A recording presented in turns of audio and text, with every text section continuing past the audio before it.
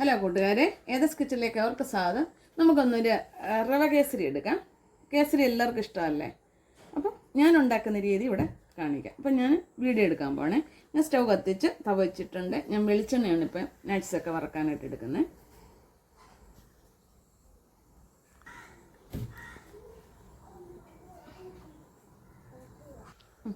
കണ്ട് ഞാൻ നട്ട്സുണ്ട്, ഇച്ചിരി ബദാം പരിപ്പുണ്ട്, ഇത് കിസ്മിസ് ഉണ്ട്. നോക്കുന്നുണ്ട് ഞാനിപ്പോൾ വെളിച്ചെണ്ണ എടുത്തെന്നും പറഞ്ഞുകൊണ്ട് നെയ്യ് ചേർക്കാം. അത് നമ്മുടെ ഇഷ്ടമല്ല, ഓരോരുത്തരും ഇഷ്ടമല്ലേ.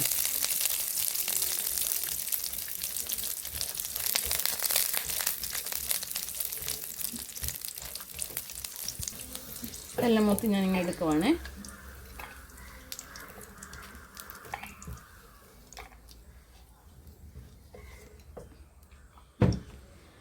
ഞാൻ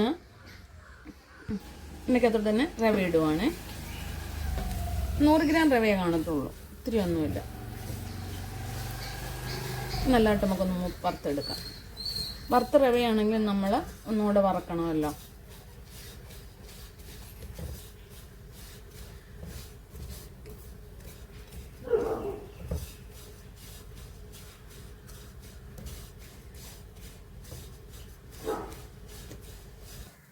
നമ്മുടെ റവ മൂത്തിട്ടുണ്ട്, നല്ലതായിട്ട് മൂത്തിട്ടുണ്ട്. ഞാൻ അതിനകത്തേക്ക് ഇത് ചൂടുവെള്ളമാണ് കേട്ടോ. ഞാൻ വെള്ളം തിളപ്പിച്ച് ലേശം ഉപ്പിട്ട് ഞാൻ വെള്ളം തിളപ്പിച്ചാണ്.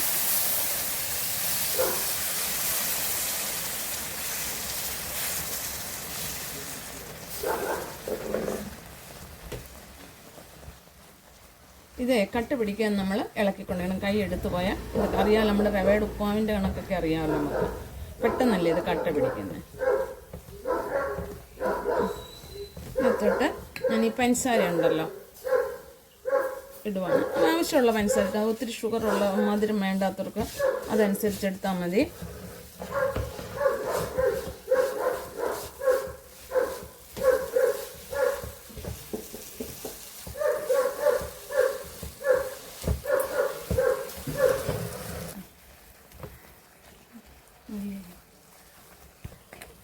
ഞാൻ നെയ്യ് ഒഴിക്കുവാണ്. നമ്മൾ മുമ്പ് വെളിച്ചെണ്ണയ്ക്കകത്തല്ലേ എടുത്തേ, നെയ്യ് കൂടെ ഒഴിക്കുവാണ്. അതിനോടൊപ്പം തന്നെ ലേശ ഏലക്കാപ്പൊടി,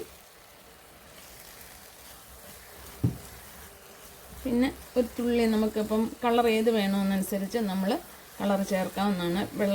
ഈ കളർ മതിയെങ്കിൽ നമ്മൾ മഞ്ഞ കളർ ചേർക്കണ്ട. അതല്ല ഇച്ചിരി കളർ വേണമെന്നുണ്ടെങ്കിൽ ഞാനിതിപ്പോൾ മഞ്ഞ കളറാണ് ചേർക്കുന്നത്. ലേശം ഒരു ശകലം മതി.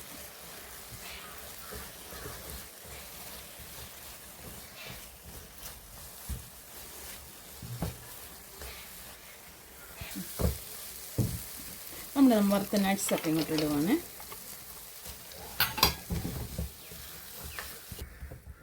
നമ്മുടെ കേസരി റെഡി ആയിട്ടുണ്ട്.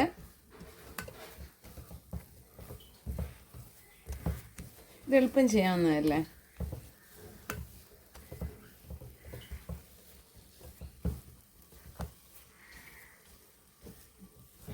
എല്ലാവർക്കും ഇഷ്ടപ്പെട്ടല്ലോ. എല്ലാവരും വീട്ടിലിതുപോലെ ചെയ്യുക. നിസ്സാര കാര്യമാണ്. അല്പം റവ, 2-3 നട്ട്സ്, ബദാം പരിപ്പ് ഇല്ലെങ്കിലും കുഴപ്പം, ബദാം പരിപ്പ് വേണമെന്നൊന്നുമില്ല. പിന്നെ ഇവിടെ ഇരുന്നുകൊണ്ട് ഞാൻ ബദാം പരിപ്പ് എടുത്തതാണ്. പിന്നെ ശകലം പഞ്ചസാര, ഇത്രയേ ഉള്ളല്ലോ. നമ്മുടെ കേസരി റെഡി ആയിട്ടുണ്ട്.